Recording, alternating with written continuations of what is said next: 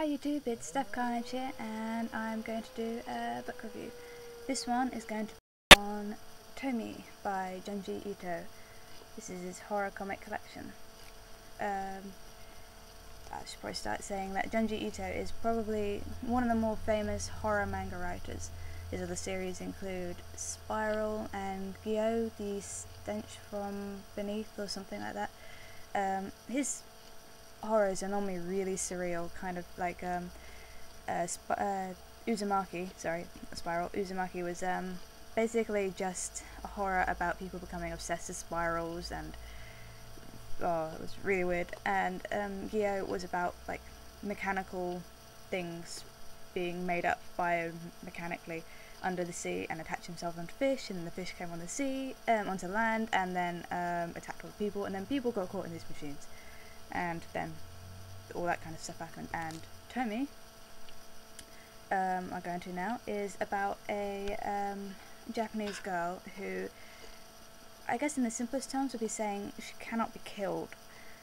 Though in quite a few of these chapters they cut her up into pieces, and those pieces actually grow new bodies, and then she walks again and spreads herself.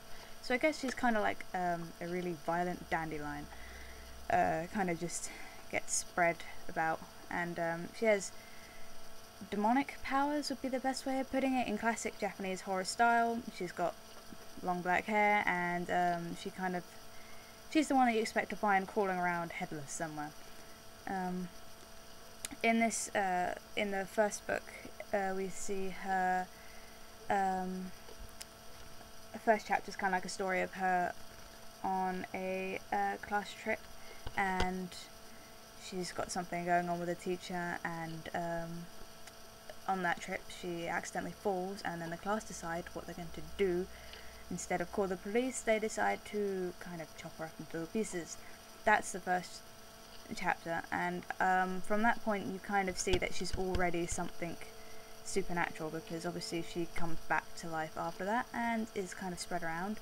And then in the second chapter we probably see what happens to one of the bits that they threw away and grew a new body, and that joined another school, and she tormented a girl who was selling photos in the school, and there was a few chapters on that arc. That's basically she lives with a scientist, and he experiments on her, and one of these experiments goes really wrong. Let's see if I can find a page of that. It's really, really, really strange. There we go. I mean, that just kind of says it all for Junji Ito. And then like the last or second to last is about a chapter of like they find a Tomie in the Antarctic, or like up in a mountain somewhere, and yeah, she kind of like breaks apart these two hikers. One dies, and then the other one finds something they were looking for, and they find another Tomie who's a cannibal eating some other dude's dead body.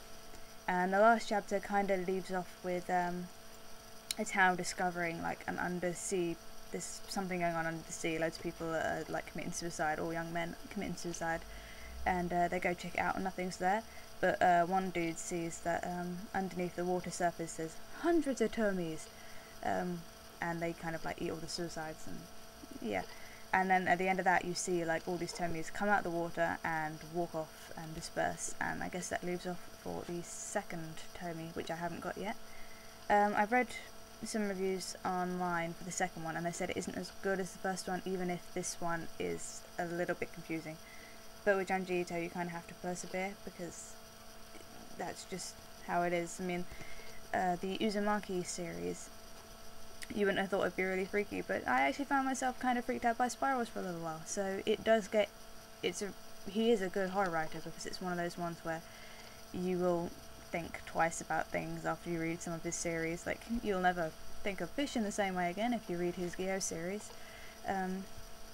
So yeah, if anyone knows any other like translated stories of his, because I only know those three, and I'd really like to read some more of his work because he's one of my favourite manga artists.